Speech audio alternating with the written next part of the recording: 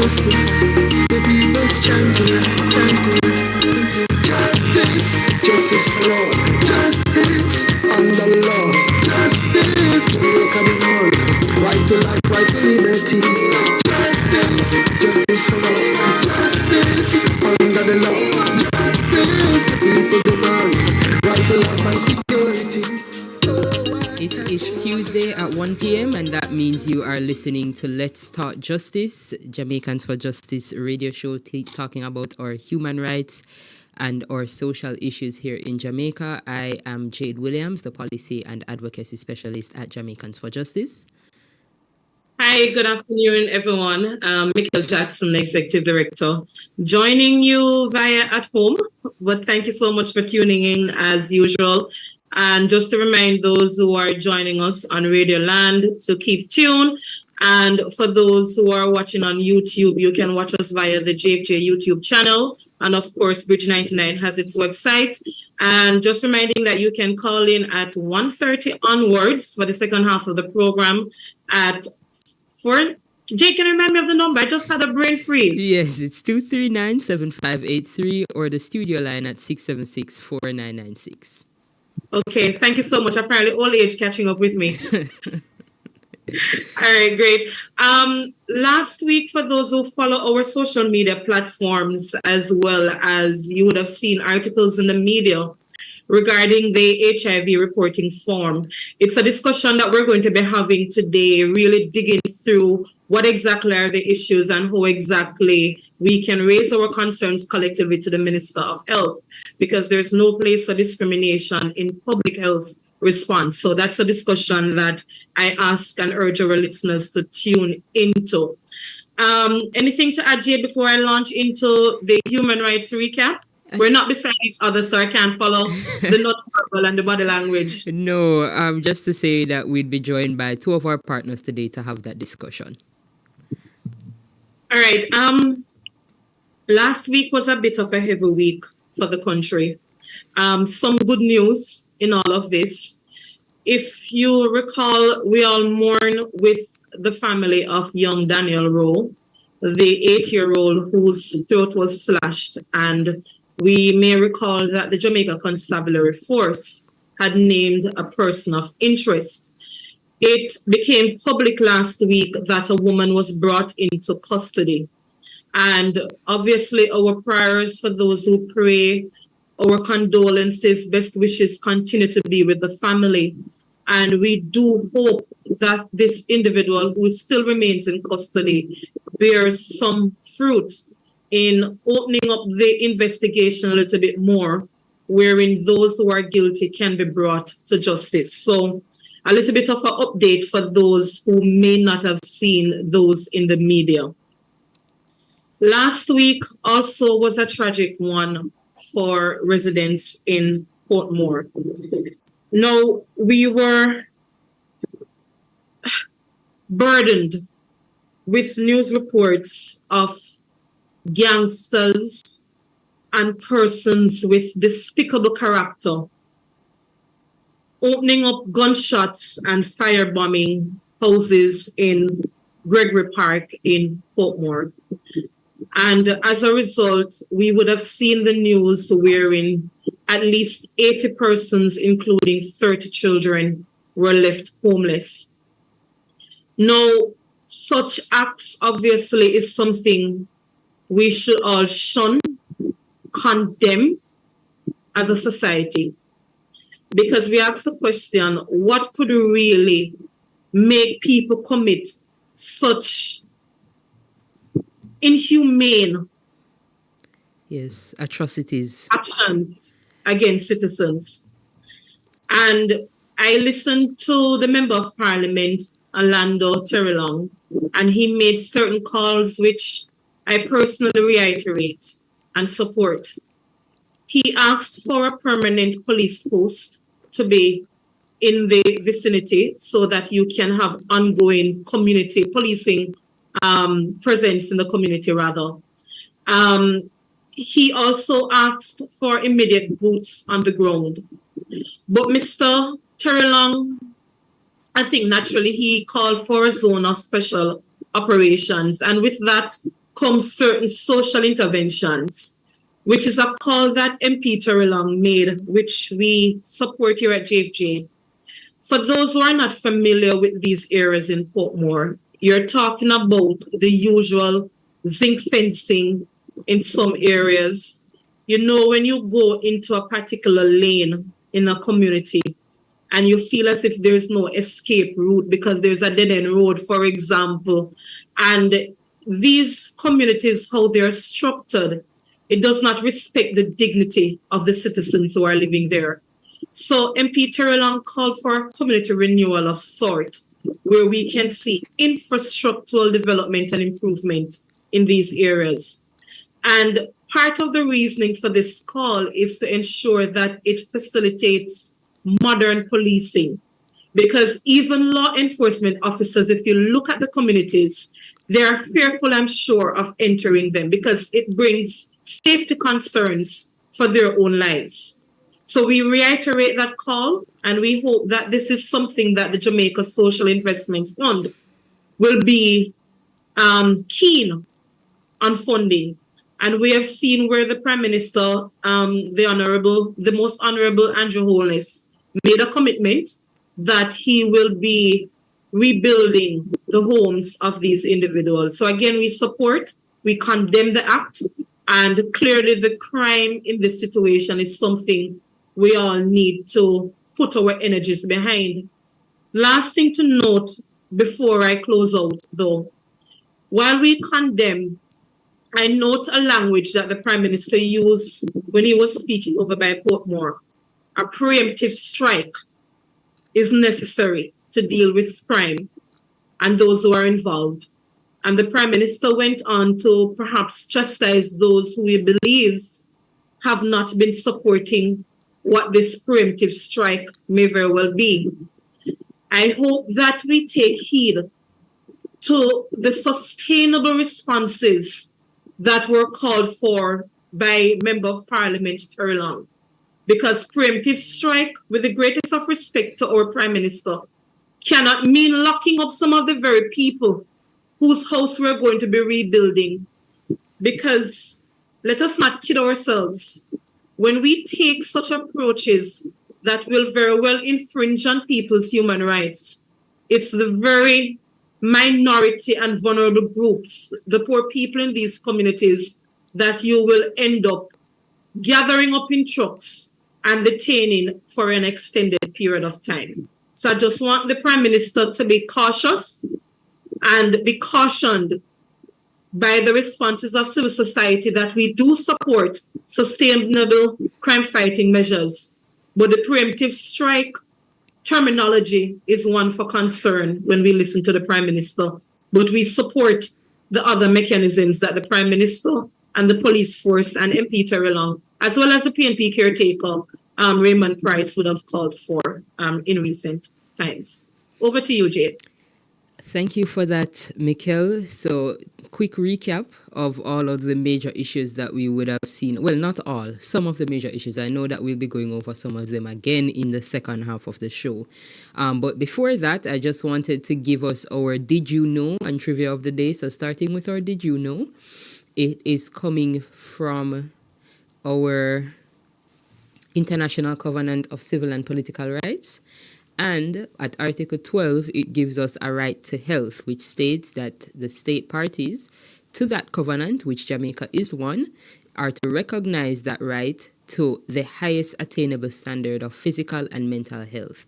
And that provision is supported by further commentary to say that the right to health is related to several other human rights, which would include our right to food and housing, to work, to education, to human dignity, to life, to non-discrimination, equality, and the provision of torture, to privacy and access of information.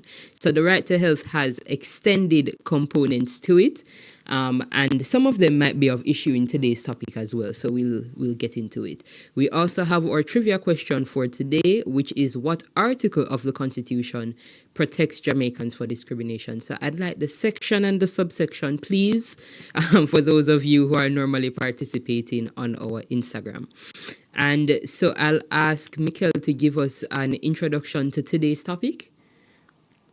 All right, the topic is focusing on the HIV reporting form, the challenges and concerns that we have. We're joined by Mr. Patrick Layla, who is the Policy and Advocacy Officer at Jamaica AIDS Support for Life, my longtime friend, right? I'm going very informal as I introduce him. And of course, a very, very close friend of mine as well, and Jade and JFJ family, is Miss Renee Green, who is the Executive Director of Transwave Jamaica. Thank you so much, ladies and gentlemen, for joining us. Well, so we are missing Renee. She's on the way. And I think she's joining in person. Yes, she'll be joining us in person. And I think that we're calling back Patrick now. We seem to have lost him on the line. But if you don't mind, Michael, what is the history behind this form issue? So just to bring things in context, the HIV reporting form is a tool, a data collection tool that is important in public health. It's a form that would capture critical socio-demographic factors about individuals who test for HIV. So when you go to a public health or a private facility, because you want to analyze our risk factors so while you should all get your HIV test while you're sexually active, if it is that you have multiple sex partners, for example, and you have various sexual proclivities that you may partake in, then that sort of data will be asked of you when you're getting tested. And that is really to conduct what we call a risk assessment. And it will help with counseling and say, okay, you may want to use a condom and so on. You may want to reduce your number of sexual partners, whatever the counselor may deem appropriate. Now, this type of information, once it is gathered, and if it is that you test positive for HIV, then it is that anonymously certain data is turned over and analyzed for public health purposes. It will give the country and the public health authorities through the Ministry of Health an idea how to tailor the HIV program that is responsive to those who are most at risk. It will give us an idea as programmers, for example, how exactly do we respond to your needs? So here at JFJ, we are part of the HIV response. And what we do is to ensure that people who are affected by discrimination when they engage in the public health facilities with law enforcement, then we provide our legal support services. And this came as a result of the different data that were collected in the HIV reporting form and other data collection tools. Now, recently, the person who is at the Love March movement, I think Dr. Daniel, his last name escapes me at the moment. Yes. He went on what I can only call a TikTok rant to say, what kind of information is this collecting about people's gender identity? So beyond the biological sex or male or female, if it is that you identify as a woman, for example, but you were born a man, then that information would be captured, not only because it is respectful of persons' choices, but because it also captures your risk factors for contracting HIV. So this individual from Love March movement went on a rant on TikTok. Apparently, our Minister of Health, Dr. Christopher Tufton, I don't know if it is that he saw the TikTok ranting, but we heard and we saw a press release thereafter saying that the form will be so amended and reviewed to be in keeping with the Constitution of Jamaica. And then to the society, we met and we wrote an open letter raising our concerns. And you can summarize those concerns, Jane. Yes, and I appreciate that introduction, Michael. But we're going to take the break now first, and then when we come back, I'll give some of the key points from the letter. And Patrick is on, so maybe Patrick can assist me with summarizing some of those issues when we return from the break. You are a musician. You also know today's entertainment industry requires a variety of performance and production skills. Is there a path to employment in commercial music and entertainment? Did you know hotels, cruise ships, schools, media houses, and production companies are looking for employees trained in music performance? And entertainment is growing. The Alpha School of Music is ready to help you develop the skill set needed to make a successful transition to work in the international entertainment industry. Applications are now being accepted for the associate's degree in music performance. You can be a part of an award-winning music performance program in Jamaica. Powered by over 100 years of internationally respected music education, Alpha is ready to set the stage for your career success with a new modern suite of practice, performance, and technology facilities. Get heard. Make your music passion your music career. Start now at the Alpha School of Music. Visit alphamusicja.com today. Come back to Jamaica to the 33rd Annual Maritone Music Family Reunion and Homecoming, October 27 to 30, 2023. Join us at the Four Diamond All-Inclusive Hyatt Rose Hall Resort in Montego Bay. Maritone group rates are available for a limited time. Check out our reunion 3-tour room special and save. Bring your friends, bring your family, bring your dancing shoes. Kingston events start October 21. Visit www.maritonemusic.com or call 954-558-2002. Sponsored by Jamaica Tourist Board.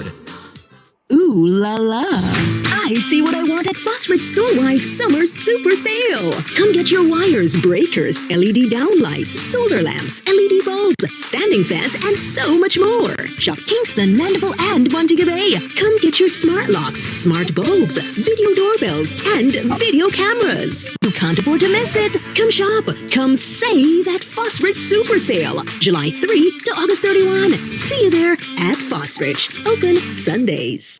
Watch the man, you don't know this advice at the end present for The Bridge 99 FM connecting. We said that station, yeah, a leader. And we said, give him like a time, a like a feature. Under the moonlight and sense of me, yeah. The Bridge 99 FM, Diana representing. The people's champion. Our mission is love. Our vision is love. Jamaicans, by justice, the people's champion. Justice. Welcome back to Let's Talk Justice. Today we are ventilating some of our challenges and concerns with the proposed change to the HIV reporting form. We are joined by Mr. Patrick Lalo, the Policy and Advocacy Officer at Jamaica AIDS Support for Life. And we are being joined very shortly by Miss Renee Green, the Executive Director at Transwave. So before the break, I was just about to summarize some of the key points from the open letter that the Civil Society Forum would have sent to Minister of Health, Dr. Tufton, where we asked several questions. For example, why there would have been a lack of collaboration with civil society groups who we would have had a history of collaborating with the ministry regarding these issues. Patrick, do you want to ventilate some of the other concerns that came out in the letter? Sure, Jade. Thanks for having me. Hi, Michael. How are you? Absolutely to your listeners. Well, there are three key questions that we asked, which would, while later on in the discussion, I could get in more detail. We, based on the release from the ministry, the first question as a civil society forum we wanted answered was, what really prompted this sudden call for the review of the data collection form for HIV epidemiological data? Why was there a call for the review of it?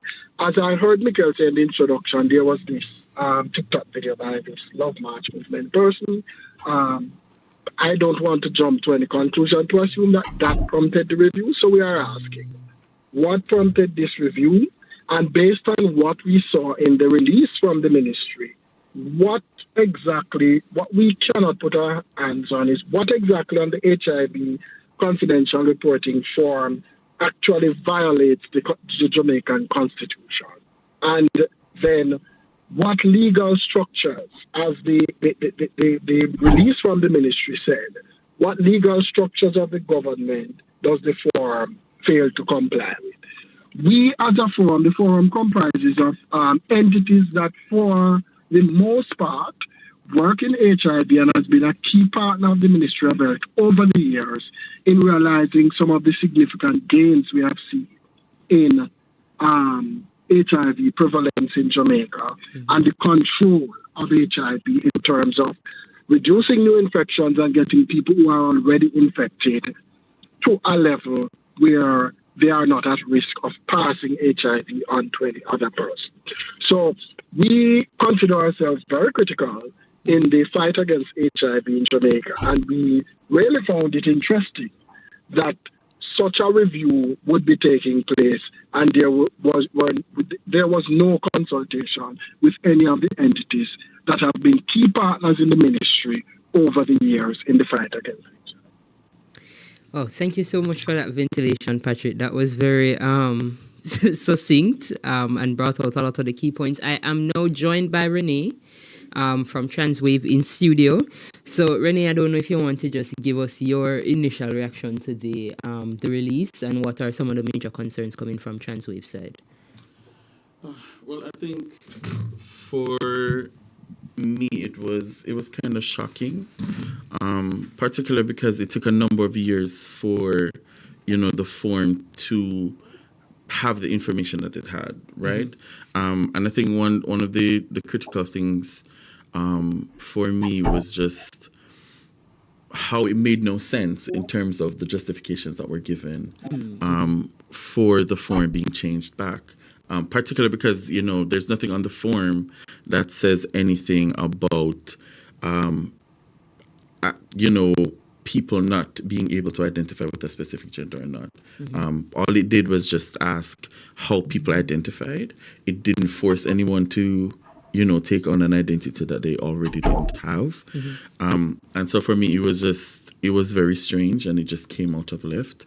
And it was disheartening because it took so long to be able to get the forms to request that type of information. I just wanted to add, what is the value of that information to Transwave?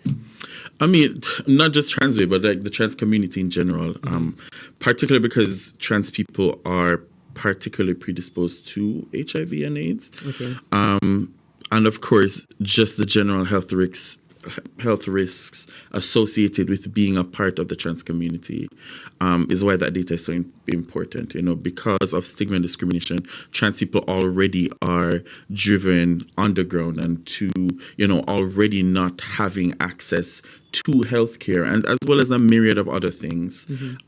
This information became important because then the question of, do trans people actually exist within Jamaica, and if trans people do exist, what are some of their health needs and health concerns? And globally, trans people are at risk, are much higher risk of HIV than any other group, but we're also predisposed to violence more than any other group, and we're also predisposed to discrimination, especially in health spaces, more than any other group. And requesting this information helps to track the amount of trans people that exist, but also is able to track our concerns and our needs and make it a lot easier, to address our particular health concerns and risks.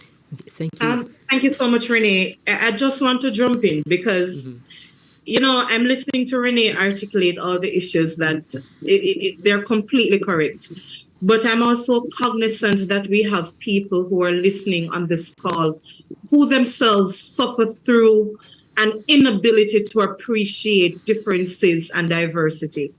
So let me quickly jump in here to say, while persons within the trans community are affected, so too the data will be collected for heterosexuals who participate in anal sex. So too the data is important for young women and young boys who are sexually abused, because again, it's risk factors we're talking about. So too the data for those who believe that religion protects them from contracting HIV, because we have our one husbands and our one wives, or one husband, one wife. Let me correct before my English teacher in high school have a fit. But the reality is that we are affected by different risk factors, some of us more than others. And it's the very inability to appreciate differences and diversity that make gay men and persons within the trans community to be violated by stigma and discrimination in different ways, where people can't truly express who they are. So I want to put that in context for those who are listening in, right? That I want us to put aside those biases that we have and think from a public health perspective. Because once you have a group of people who have to go underground and hide who they are, the level of prevalence of HIV in this country will go right back up. So I want to put that in context. And to segue to a question to you, Patrick, the minister said something in his release, or the Ministry of Health, that somehow this reporting form violates the Constitution and other statutory laws in this country. What is the response to such an assertion? And I would withhold my own personal view at this moment and just ask you to share your perspective. You know, Michael, I would not want to get into the minister's mind, as I have no such abilities. But from my reading of the Constitution, I am at a loss as to what exactly does having gender and allowing people to identify as they identify on a data collection for. I really don't see how that breaches the Constitution, but maybe I missed the minister's point. Maybe it's something else. And that is why one of the questions we ask is what exactly? Because we have looked through the Constitution. We have had to do it over and over in our everyday work, but we have even gone back to look since this release. And we fail to see what exactly in the Constitution is breached by this. So we stand ready for that to be clarified for us. But in addition, Michael, I want to go back to something that you said about people not accepting difference. I remember back in 2014, 12 offenses and related.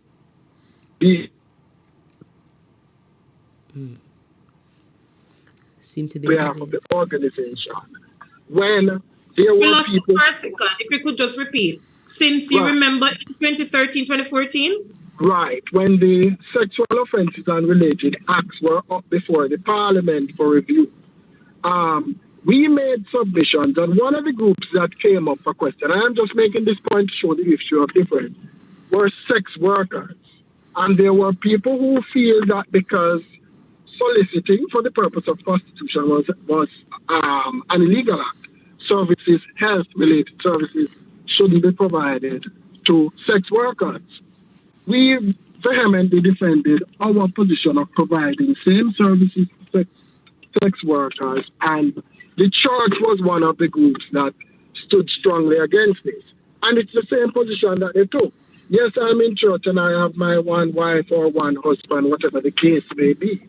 One of the points I made back then is that we have husbands in the church who do business with sex workers. It was not taken lightly by the church back then, and I'm sure it won't be now. But it was a reality we have had to face. When I started working in HIV, the better part of a decade ago, the prevalence rate among sex workers of HIV, and I'm giving you this data to prove a point, was 12.5%. Just a little over a decade ago. 12.5%. You know what is the prevalence rate now? It is less than 2%. Absolutely. It is 1.8% today as we speak. And I'm quoting data from the said Ministry of Health. And these are groups that we would have people, because of their differences, sit aside and say, why not providing service to those groups? What, and encouraging them to do this and encouraging them to do that? No. So this position can absolutely not be tolerated, because when you talk about data gathering for health surveillance and epidemiology, we have to ensure that we know where diseases, virus, bacteria, whatever is affecting us is concentrated, and offer this service there. And in doing so, there is absolutely no law that is being broken. And if we think we are going to ignore particular groups because we feel differently about them, then we are only opening the rest of the population up to we are just leaving an epidemic to break out and a lot of people to get sick. If you think, because I don't like a particular group, I am going to totally cut them out. I'm not going to include them in data collection. I'm not going to provide services for them. So we have to be careful. Thank you so much for that, Patrick. Very thin line. I'm going to have to stop you there. We do have to take the break now, but I want you to stay with us because we have to ventilate some more concerns. And I know that Renee wanted to add to the point you were just making regarding constitutionality and issues with the legislation. So we'll take the break, and when we come back, we'll pick up with Renee and then you, Patrick. KFC this summer, we are bucket together. Let's bucket together with KFC. Enjoy a Family 9 bucket today. The time by KFC is 1:31. Hi, I'm Ronald Thwaites, and I'm the host of The Public Eye and The Open Mind on The Bridge 99 and Irie Jam in the tri-state area. This program will tell you the truth about life back a yard. Fair, open talk. No gossip, no slander. We want to listen to your concerns. Also want to help you with your problems in JA. We at The Bridge rate you and affirm our oneness as citizens of this blessed land we love. So join us now on Wednesdays on The Bridge, crossing the waters, linking Jamaicans and Jamaican lovers everywhere. KFC this summer, we are bucket together. Well, I vibe with your crew, yeah, we are stay true, the taste is so good. KFC bucket on the ends with the real ones. On the island, we are world champion. All of we connect with the KFC. Jamrock celebrate with KFC, we are bucket together. Let's bucket together with KFC. Enjoy a Family 9, Family 12, Party 15, or Party 21 bucket, because sharing a bucket with friends tastes finger-licking good. KFC.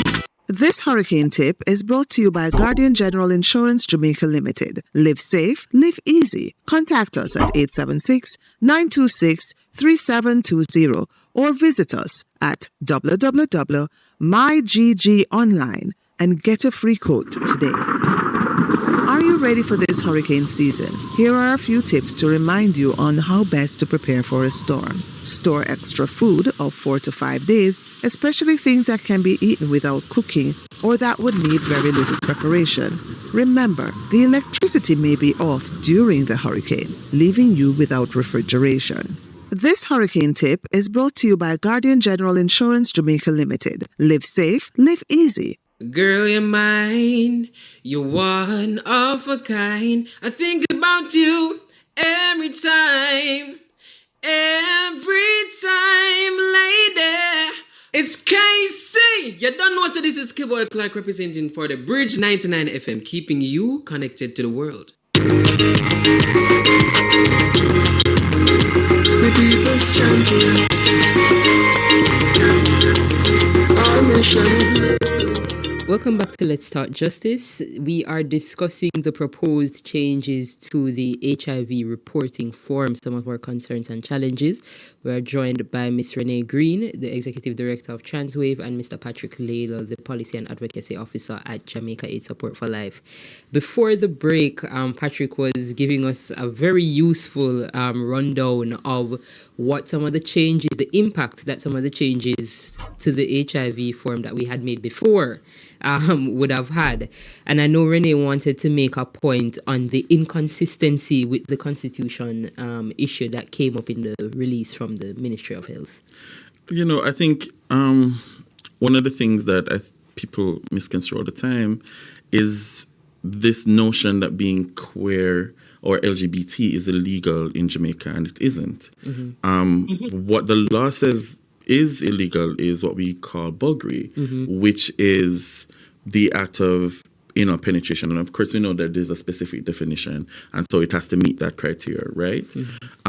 Being gay or LGBT isn't actually illegal. And so, therefore, you know, which still, in my opinion, should not have, even if it was, shouldn't have a bearing in terms of how a person is able to access their basic right to healthcare. I think what is happening with this conversation is that people are using their own personal beliefs and the fact that a lot of Jamaicans don't understand the law and how it works to kind of create this sense of hysteria and panic, and then use that as justification to discriminate against groups or people that they don't necessarily, believe should be in existence because of their own religious or personal beliefs. And to me, when we're talking about health, what we should be talking about is what is necessary for people to be able to live holistic lives and healthy lives, and not, whether or not I believe that this person is going to go to heaven or not. That should not be the bearing for a person's ability to access healthcare.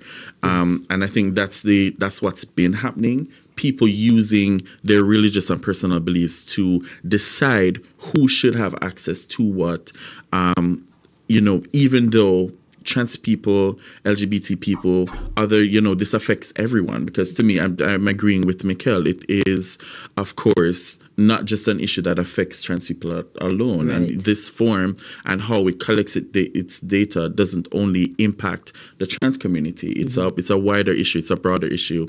And of course, people within the health sector collect this data to ensure that the services that they're providing, that the healthcare that they're providing actually is beneficial to the groups of people who need it.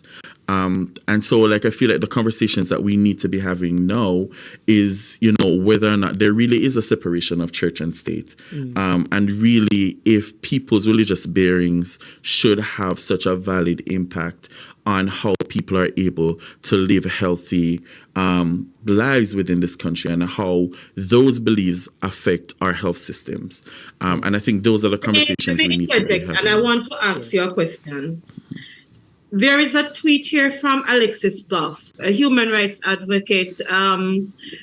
He would have been with the JFJ team in different capacities over the years, and we meet from time to time on specific issues.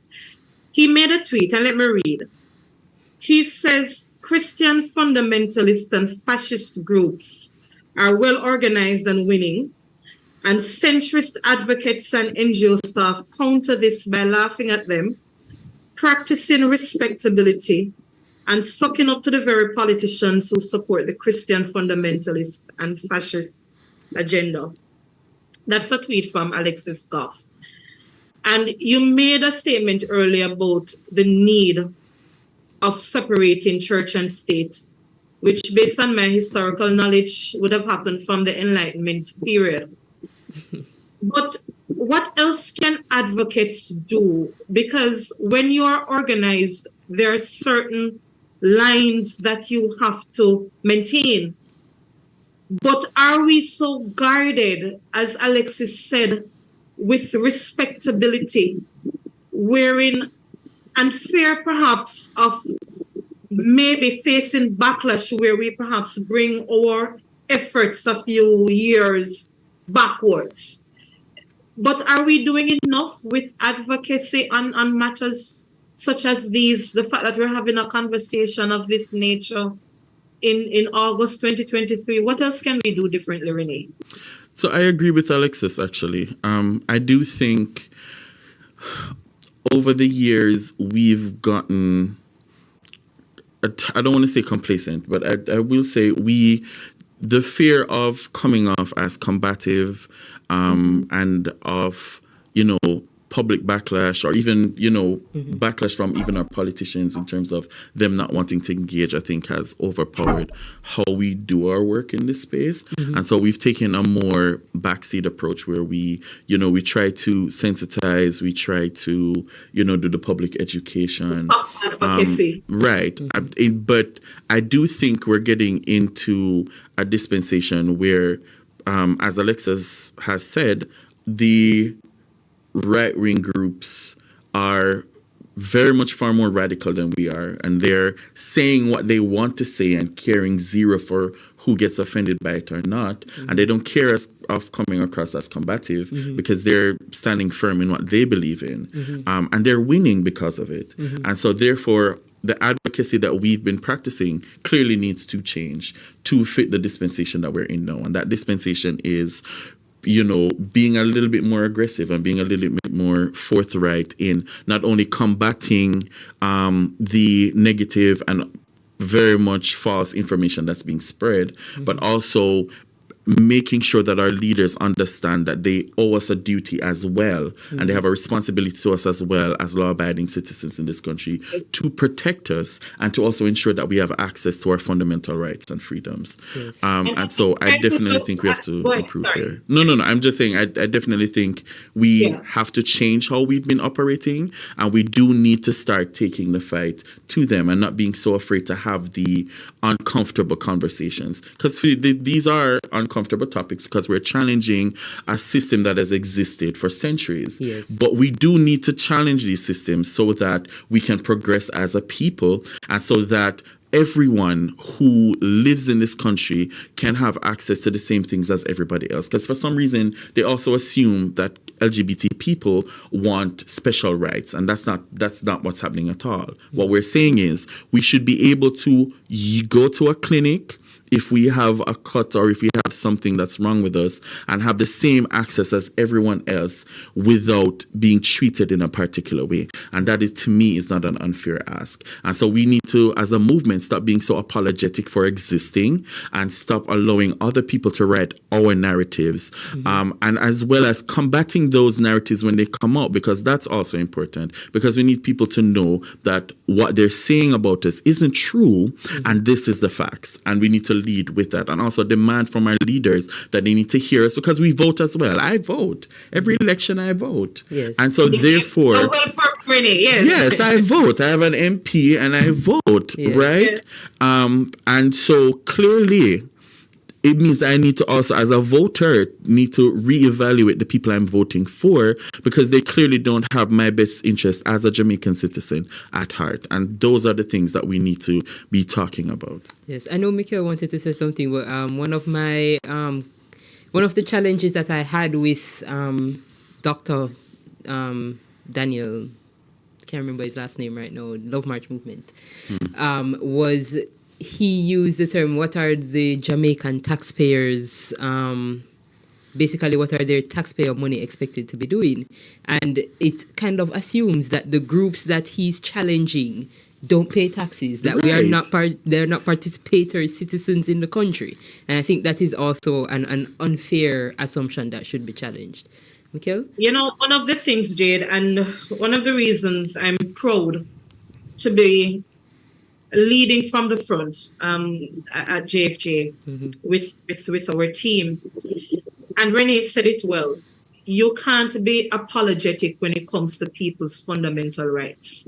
So we're not saying combative is the initial response with everything, to be clear for our listeners. But I don't think a woman, for example, who is from a low-income status should be apologetic for her rights to sexual and reproductive health care.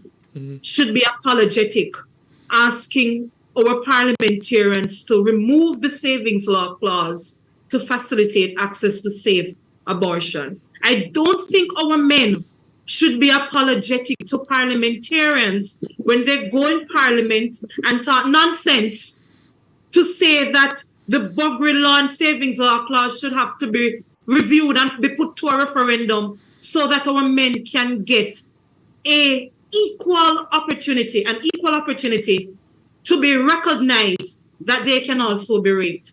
So there is a time for soft advocacy where we do the training and we guide and we go to parliament and we present our facts. But when they not listen, then we have to dig deep and say maybe we have to go back to the days where we do peaceful, let me use the word peaceful, protest. Yes? Yes. Patrick, from your end, what is the proposed next step? You think in having all of this heard and ventilated, because to the best of my knowledge, we haven't heard back from the Ministry of Health. But what is the proposed next step you think that is important? All right. So, well, one, we would hope to get a response from the minister. But of course, that will not stymie the efforts if that is not forthcoming. So we are anticipating getting a response from the minister, but if not, then the forum as a collective intends to go back to the table and decide what our advocacy initiative is going to be. But definitely what I can say, we will be doing something next to ensure that this backward step is not taken. And I mean, if it means there's always the trying of this soft approach to start, and we hope to get a favorable response from that. But there are other approaches that we will be willing and open to look at taking if we do not get a response, a favorable response from the ministry. The reality is, Mikkel, the gains that we have made in the control of HIV in Jamaica over the years are too significant for us to let go. When we can sit here now and say we have a 62% reduction in new infections in Jamaica, we cannot sit back and just allow the feeling of a few misguided persons to just let all of this go up in flames. So we definitely will not be sitting idle. We are anticipating the minister's response, and if not, we will be taking our next steps to ensure that the gains that we have made are not rolled back. The reality is civil society, the members of the forum have been key partners of the ministry over the years and have contributed significantly to the successes. So we cannot sit back and allow it to be eroded. Yes. Thank you so much, Patrick. Appreciate it. Renee, last words before we have to dig into some other public interest matters. So unless you want to keep Jade company while I'm moved here on Zoom, but we're going to be talking about DPP and other issues. So last word on this particular point. And Jade, over to you to close out on this here. My last word on this is that, regardless of your personal beliefs and how you think people should be, the fact is we're all human, we're all people, and we are all deserving of the opportunity to live the best lives that we can. Access to healthcare allows for that to happen. And so I'm not asking you to accept anything about me. What I'm asking you to do, though, is to respect the fact that I am a Jamaican, I'm a human being, and I deserve at least access to a space that provides healthcare that is free from stigma and discrimination. Absolutely. Absolutely. Thank you so much for that last word, Renee. So we are, and thank you for joining us. Right. So we are about to go into our last segment of the show, where we discuss some other key issues that have been affecting the country in terms of human rights, in terms of policy and social issues. I know that Mikkel mentioned some of them on our advertisement for today's show. I don't know if you want to start out the discussion, Mikkel. Please, there are a couple of things, Jay, that we continue to follow up on. And let us start with the most recent pressing issue. Last week, we had Mr. Hugh Wildman, attorney at law, on our program. And for the listeners' own edification, you would recall that Mr. Wildman had challenged the Director of Public Prosecution's first extension. That matter was not successful in court. And Mr. Wildman has since appealed. We got that written document from Mr. Wildman when he was on the show last week. Yes. And there are several reasons for the appeal, all of which I don't remember readily. But what is important here, beyond Mr. Wildman's appeal, there were thoughts, and we discussed it on the program, whether or not this extension by virtue of the constitutional amendment would so apply to the DPP. And we asked the question because the DPP would have met the age of retirement that was in the Constitution before age 60 and would have gotten an extension. Only one is allowed per the Constitution. So can it be retroactively given is something that is in the news cycle. And for those who are following the news, you would have heard where the People's National Party, that is the parliamentary opposition.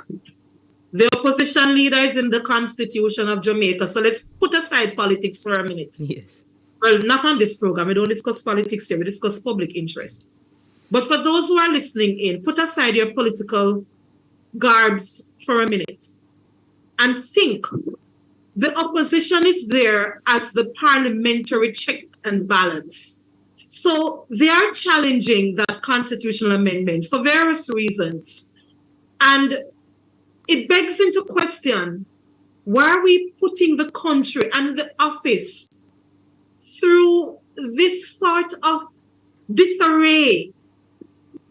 What is the thought process behind it? I hear people saying, why we are not talking about the AG? The AG is in her early 50s, to the best of my knowledge, and would benefit in no way from this amendment at this time. There is a constitutional reform committee, and I have to put that in perspective. And I think at this stage, JFJ is calling for the Attorney General to speak on this matter publicly and indicate to the country whether or not this constitutional amendment would so benefit the current DPP. Rather than having this thing swirling and attorneys on social media debating, we would like to hear from the Attorney General on this matter. We would also like to hear from the DPP whether or not she would like to continue in the post, if it is so allowed. Because if not, it is important at this stage that a transparent process commences to have the office continue without this sort of controversy surrounding it. I'm not sure, Jade, if you have anything to add to that before we move on to some of the other issues. No, Mikhail, that was very succinct. I support all of your statements on that, and we look forward to hearing what the proposal for the future of the office really is considering the new amendment. Yes, because it can't just be that the Prime Minister is saying it's up to the DPP. That's insufficient. But you know, another thing we didn't put on our intended topic. Daniel Archer, close colleague again of ours, partner from the National Integrity Action. If you recall, listeners, civil society, 13 organizations wrote to the Minister of Legal and Constitutional Affairs. And the minister did not acknowledge that open letter at all. The permanent secretary, who we speak and have a very good collegial relationship, he responded via email, not in a letter format, to specific issues. Not all of them officially, I'm saying, because as much as we respect that collegiality, we have to be transparent with what has happened. Yes. Minister PS responded, Wayne Robertson responded to say, we got the correspondence. This is what will happen. I think he had indicated, Jade, if you recall, that the minutes would be available. Yes. Live streaming is going to be considered and so on. Those were the only issues, but to show you that nothing substantively was responded to. We had conversations among us to say whether or not we should not go before the Constitutional Reform Committee. JFJ, we were to write, and we should have written to the minister as a follow-up, because again, no substantive response was in fact forthcoming. Because of other commitment and competing priorities, we did not finalize that letter. NIA, as an independent organization, decided to move ahead. And they wrote to the minister to say, listen, you did not give us due respect as a civil society organization in responding to us. And these are real concerns we have. What budget you have? What is supporting the secretariat? Is free business this constitution? No response. What is happening? This is not a cabal where you're there in private, secret, dealing with issues. How do we not know what discussions are shaping our constitution? And NIA decided that they're going to boycott, rightfully so. JJ is taking another approach. Once we finish our submission, which is being reviewed internally, we will present to the CRC. That is JFJ's approach. And we will make our issues and concerns known. But we support NIA's independent decision at the same time. Mm-hmm. Our civil society rep, Dr. Nadine Spence, responded on Nationwide to indicate that the CRC and its members are being bullied by NIA and civil society. We maintain a good relationship with Dr. Spence, we do.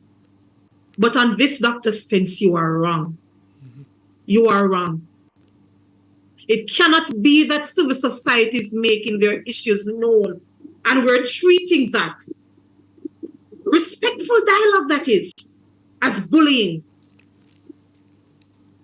And I want to say here that we have had no engagement officially with any member of the Constitutional Reform Committee, including Dr. Spence, who is a civil society representative. We have had 2 brief WhatsApp conversations, and we continue to maintain respectful dialogue. Mm-hmm. But I don't think that would be sufficient enough to say that dialogue has happened. So, Dr. Spence, we maintain good relationship. We appreciate you and your views at all times. But on this, you are wrong. The Constitution of fluid business as every single Jamaican, and it cannot be done in secret. And if it is that the CRC and its secretariat misses a deadline, that ought to be updated. It cannot be that after 13, 14 meetings held to date, only 3 minutes have since been made public. It cannot be that a discussion of this nature, again, is not public. If you can discuss budget and so on PBC, I will see it. Why Constitutional Reform Committee discussions can't be held private? So I think we have to take stock and realize that this response is not a personal one at all. Because again, we maintain good relationships, some of us in different spaces. But when we deem the other to be wrong, I think we have to call it out. Jade, I'm very distraught over the response, as you can pick up, because I found it to be quite disappointing and disheartening when I saw it. Yes. I'm not sure what your reaction was like when you saw it. I'm a passionate person. So my initial reaction was quite surprised by how reductive that response was. Because as you would have said, I think that we went the respectable route in trying to air our concerns with the committee and to be engaged in a fulsome manner with the committee. And I think it is certainly unfair for our engagement to have been characterized as any sort of negative or harassment-like behavior, considering the ways in which we engaged with the committee. And I think it is reductive the way that we've been responded to, because it indicates that, and I don't know if this is true, but it indicates that there's a lack of interest in having a transparent process that is inclusive. Certainly undermines it, yes. Yes. So I'm hopeful that we will see some improvement in this engagement, and I, as you, support NIA in their decision to boycott the process, and we hope to try to influence the process in the way that we can as JFJ. Yeah, certainly. And just so we won't have the time to go into it, because I think I just have about 15 seconds. But just to quickly say, yes. We are aware of the fact that 6 parliamentarians are currently under investigation by the Integrity Commission. Mm-hmm. We are also aware that there's a gag order that prevents the Integrity Commission from naming those 6 parliamentarians. But I also recall, and I read it here, that Greg Christie, Executive Director of the Integrity Commission, in the annual report, posed a question that I found most interesting. Mm-hmm. What if members of the Oversight Committee are the ones under investigation? Mm-hmm. Clear conflict of interest. Yes. And we're urging those members to step aside. You cannot be sitting on the oversight committee that is also reviewing in part the Integrity Commission, because some of them are also on the Joint Select Committee. Clear conflict of interest. I think it's inappropriate, ill-advised, and I would ask those individuals to name themselves, because this is an example of why the gap order should be lifted, where there are processes in place that facilitates carefully, depending on the necessity of naming individuals. Not willy-nilly naming, no, but necessity here. So I want to call on those people, and the Prime Minister, if you're so advised of who those individuals are, and the leader of opposition, if you're so advised, please tell your people to step aside. It's the right thing to do, I would say. Yeah. All right. Yes. So hopefully we'll get to articulate our position more fulsomely somewhere else, maybe on Twitter. But I want to thank you all for joining us. We are completely out of time. We will be back next week at 1 p.m. I'm Jade Williams, Policy and Advocacy Specialist at Jamaicans for Justice. And Mikkel Jackson, the Executive Director of Jamaicans for Justice, was on Zoom. And we will be back, both of us in studio next week. Bye-bye. Jamaicans for justice, the people's champion. Justice for all, justice under the law, justice, Jamaica the known, right to life, right to liberty. Out of many we are one in a Jamaica, make it a better place for the boys and girls, created equal by the creator, for equal rights and opportunities, no to unlawful detention, and police brutalization, class, gender, race or religion, we not tolerate discrimination. To join the fight against injustice, contact us at 755-4524 or Jamaicans4Justice.org. The people's champion. Yo, dancehall can't start with the money, must shut the content. Right. Introducing the Bridge 99 FM Dance Hall Chart Show. I are the one and they are what? All about our weekly top 10 music countdown. Our Bridge Spotlight featuring artists